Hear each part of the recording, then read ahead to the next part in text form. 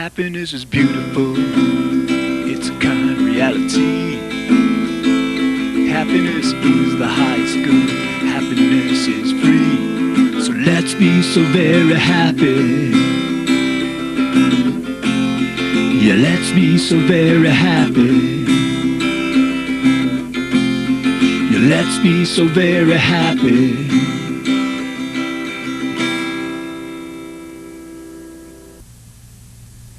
Welcome to the Happiness Show. This is George Ortega.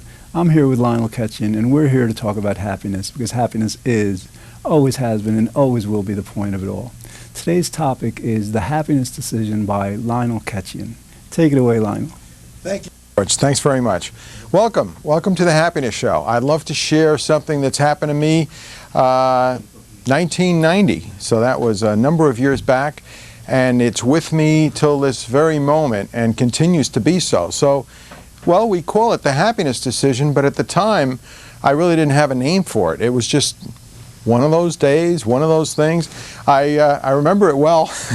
I'm not going to sing to you, but I remember it very well. It was December 24th, and it isn't because it was Christmas Eve, although that certainly didn't take anything away from the happiness and the joy that many people experience at that time, but also at that time of year some people experience unhappiness, and that's just a fact of life. But I was in touch with the fact that I was happy, feeling joyful, feeling good, and I always think to myself that that time of year it's okay to feel happy. People don't look at you too strange, and they feel that they even in fact are happy. So if you look at someone and say hello, happy holiday, it's okay. You know, you can get away with that stuff on a holiday. So I was driving in my car, and it was probably around 5 or 6 o'clock. I had a couple of errands to do, and I kept getting in touch with this overwhelming feeling that I felt happy, joyful, even in a state of bliss. And I said, this is just great. I feel fantastic. I feel like $1 million.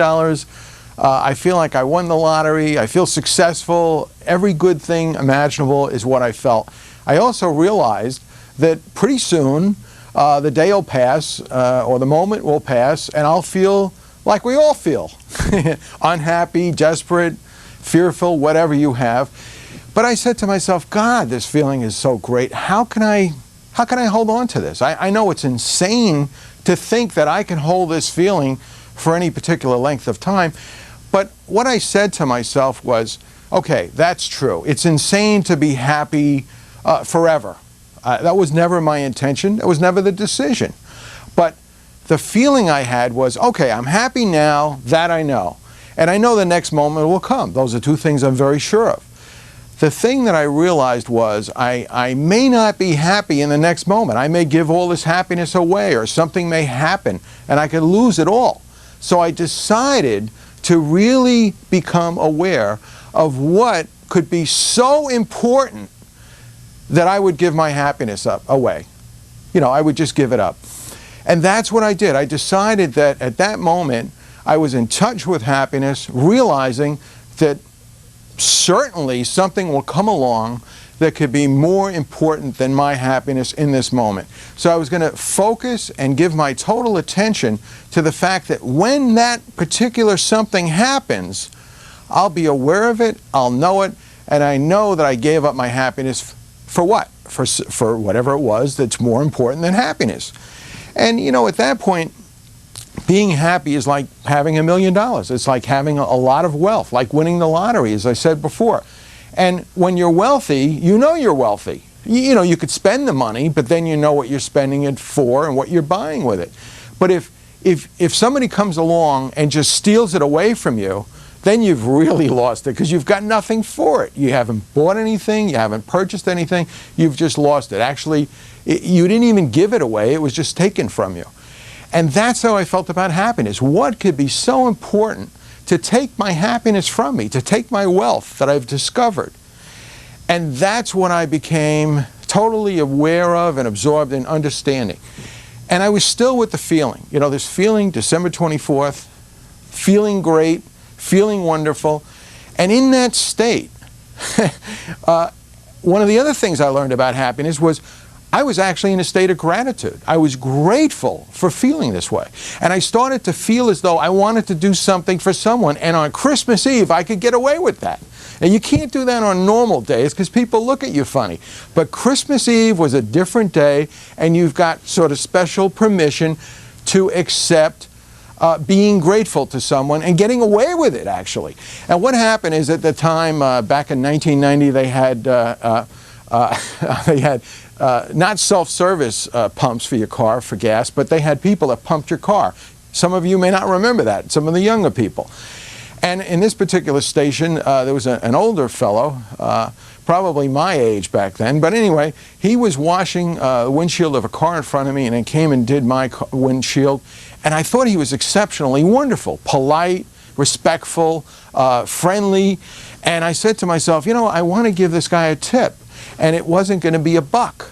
So I said to myself, how do I get away with that? Now I'm having this conversation with myself, paid the guy, and drove away. Didn't give him anything.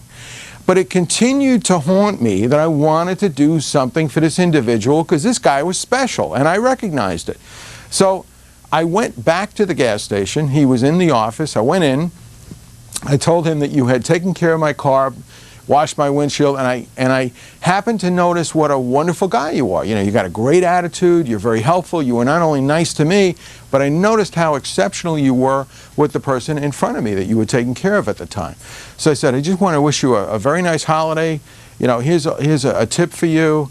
And I was trying to get out of the office as quickly as I can so I wouldn't look like a weirdo.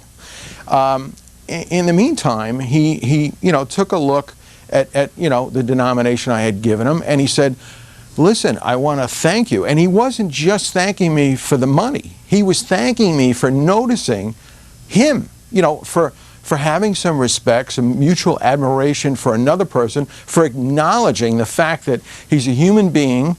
He did an exceptional job in what he did, which made it all the better for me.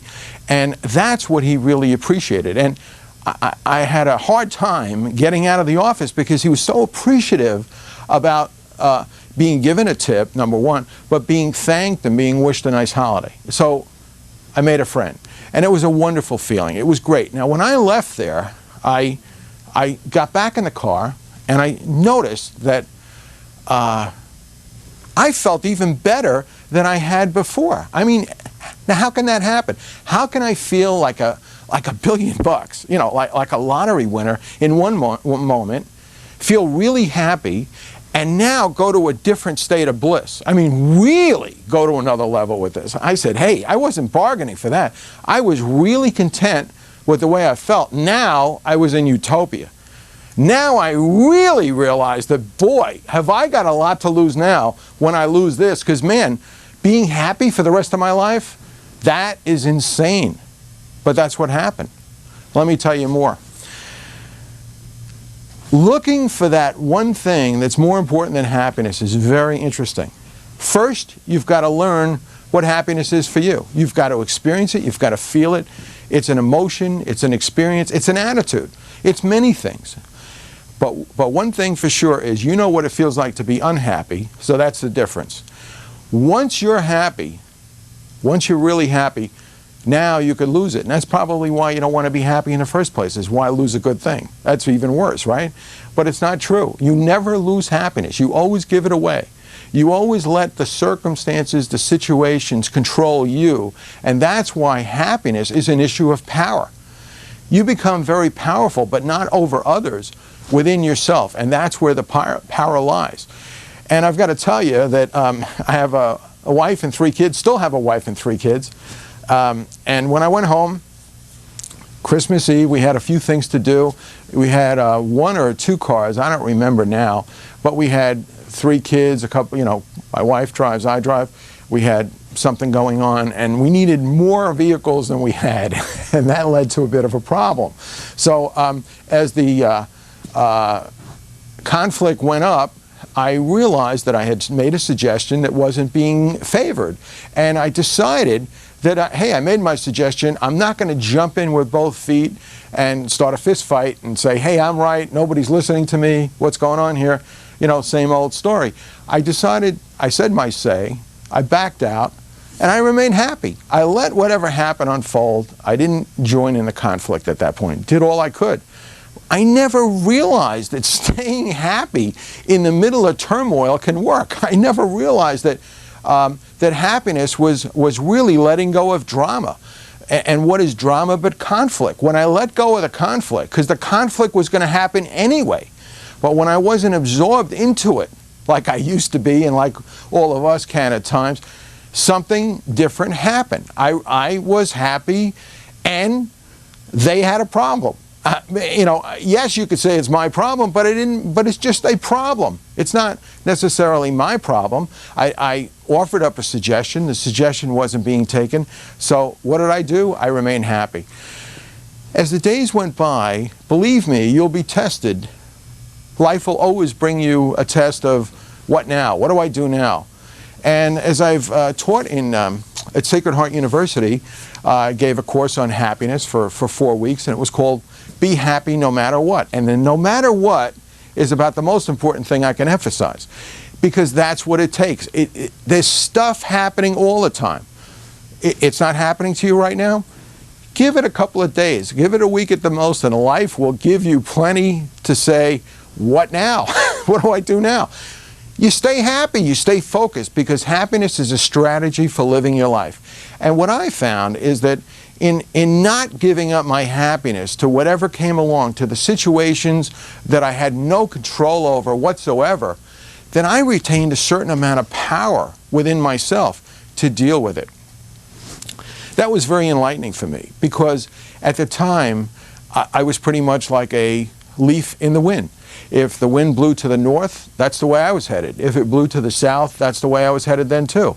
But I was headed that way, but I didn't want to go that way. And so I would create a lot of resistance and try to go against the wind and swim upstream, as they say, when the stream is going to win and you're going to lose. So then I decided that I could go with it. It's not about winning, it's about being happy. Being happy is better than being right. I mean, our whole lives are about how right we are. Are we right? I'm right, you're wrong. And I always say, let the other person be right. You stay happy. It works much better, because why prove that you're right and they're wrong? You can never prove that anyway. Everyone thinks that they're right and you're wrong, and in the meantime, we always think we're right and the other person's wrong. That's not the issue. The issue is not who's right, who's wrong, because there's perspective. People have their own perspective about living. The issue is really who's happy.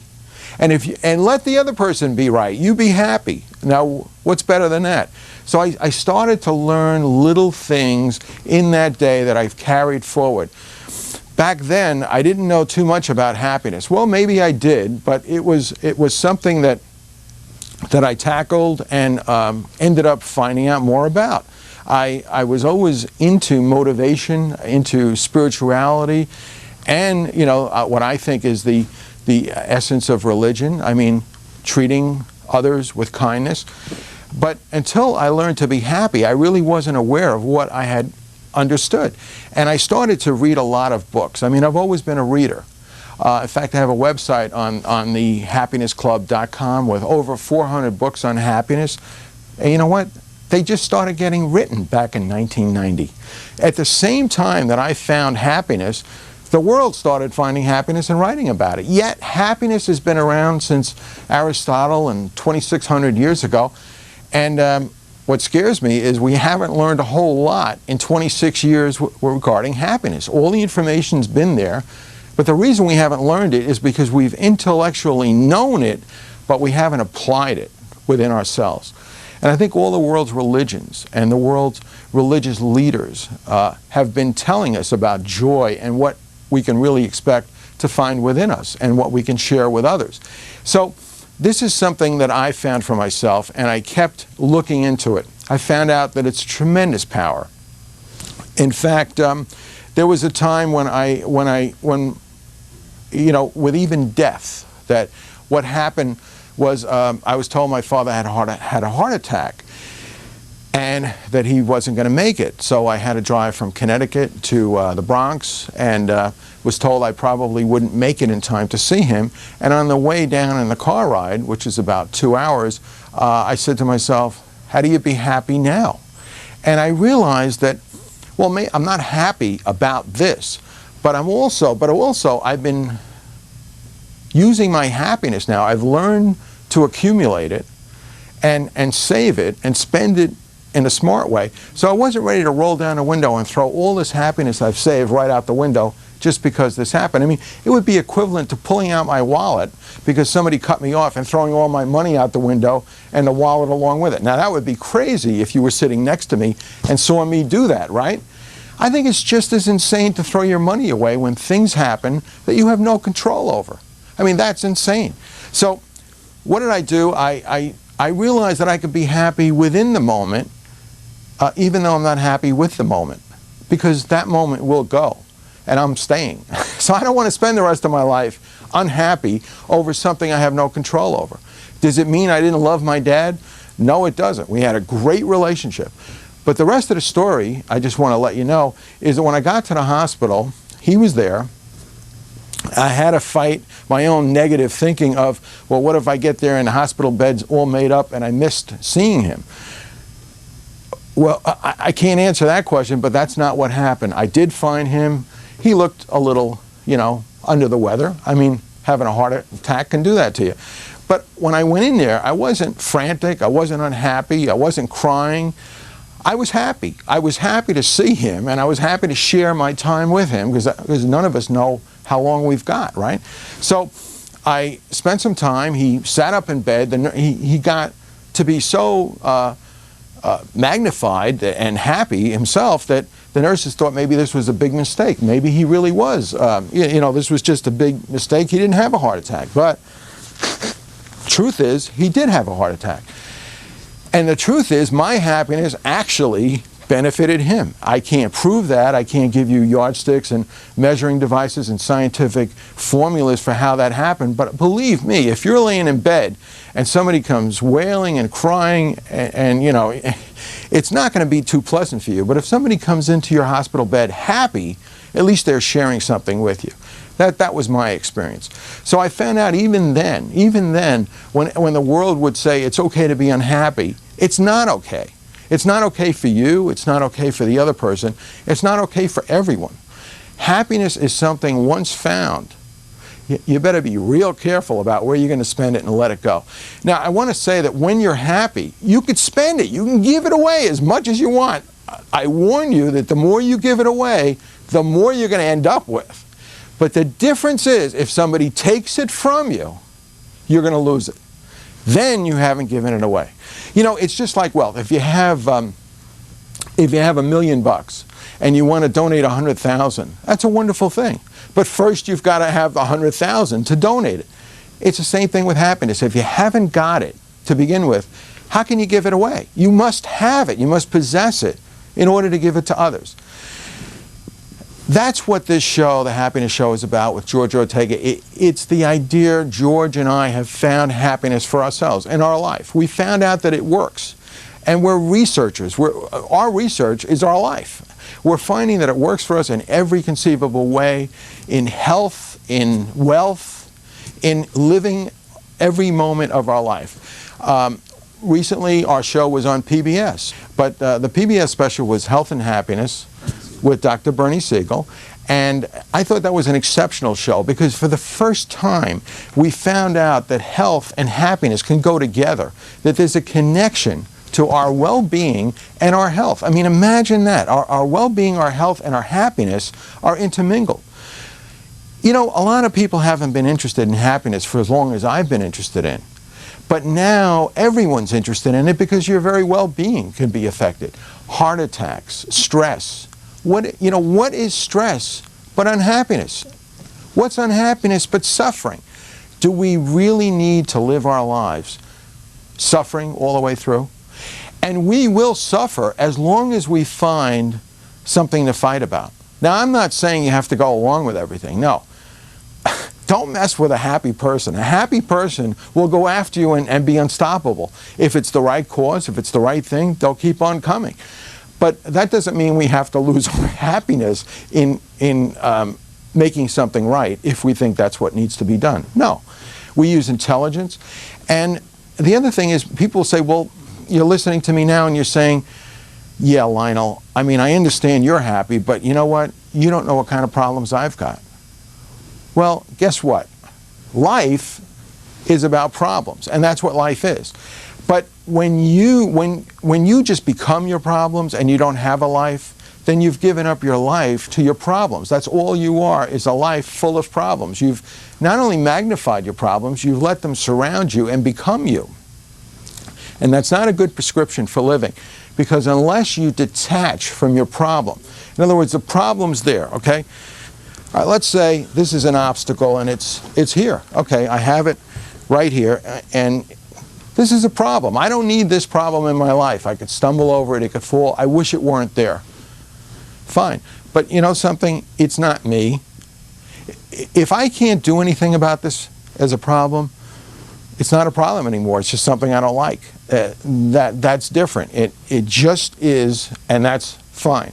So when I live with something that I can't change and realize I can't change it, acceptance has a great deal to do with happiness. You are actually controlled by the things you can't accept. And if you can't change them, think about what you're doing with your life. You're just letting the things that you have absolutely no control upset you, change you, control you. You're giving everything in your life power over you. So some things are easy to get rid of. You just pick them up, you put them out of the way. Other things may not be as easy. If you get thirsty, you can always have a drink of water, even if you're in the middle of filming something. I think the interesting thing about the decision to be happy is that it changes everything. A decision affects the rest of your life. The decision I made back then wasn't quite a decision. It was the beginning of a thought process. We think too much. Our thinking becomes compulsive. It does us no good. We're living in the past. We're projecting into the future. We're not living in the moment, in the present time.